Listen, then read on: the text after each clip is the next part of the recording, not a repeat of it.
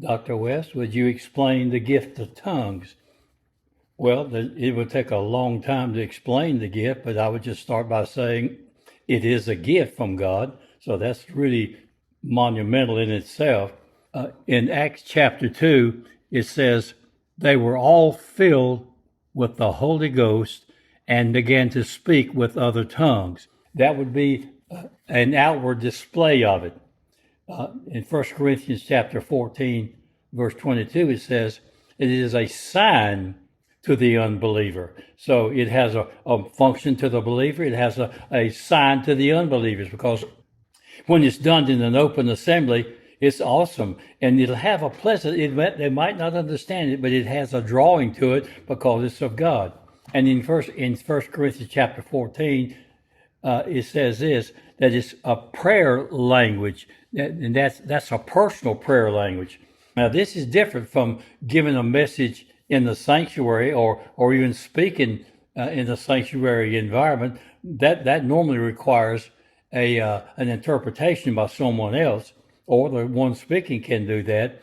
But in your prayer language, now this is so wonderfully important because it's a personal language that God gives to the individual. Now, all of this has to be requested. God's not going to force it on you, but if you want it as a new covenant believer, it's available, and I would heartily encourage you to seek that.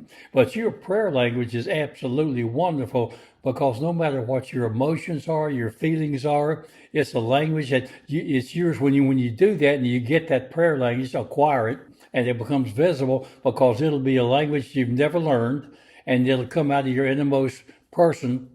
It's going to be a prayer language between you and God. It's going to bypass your emotions, your soul, and it'll just be speaking out of your spirit unto the Lord, and He can communicate that with you. He can give you an interpretation of it if you desire, but this also, you can use it in prayer, in hymns and worship and spiritual songs. You can pray and sing in your spiritual language. That's wonderfully beneficial too, because you can get heads up in things that before you really come in contact with them, and you can start preparing yourself. You can be comforted. You can get answers to questions that humanity cannot give to you, and even you can't search out in the spirit area. God can give you the interpretation, and He can also explain those to you. And again, in 1 Corinthians chapter 14, it talks about giving.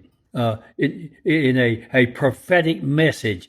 This is the one who, in a prayer language, they will give the message. Now, a prayer message can also be given in a prophetic sense, and there it's just given in the language that the people speak in that particular area, in that particular church. But here, in chapter 4, 1 Corinthians 1:14, it talks about that you can give a prophetic message in tongues, and then it must be interpreted. That's when it must be interpreted.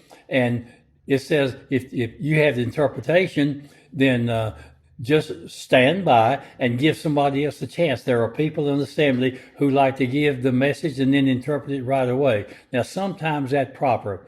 And if no one ventures a thing and you're giving the message in tongues and you have the interpretation, if no one ventures forth to do it, then it's very proper for you to go ahead and do that.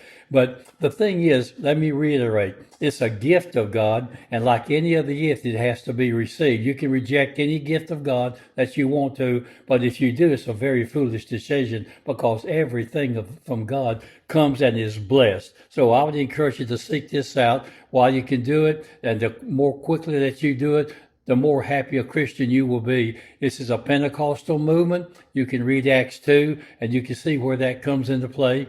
It's very important. It was given early in the church. It's been used ever since. So I hope that helps you. Listen to it a couple of times. Let your friends listen to it, and then discuss it among yourselves. And that time, well, just Lord bless you.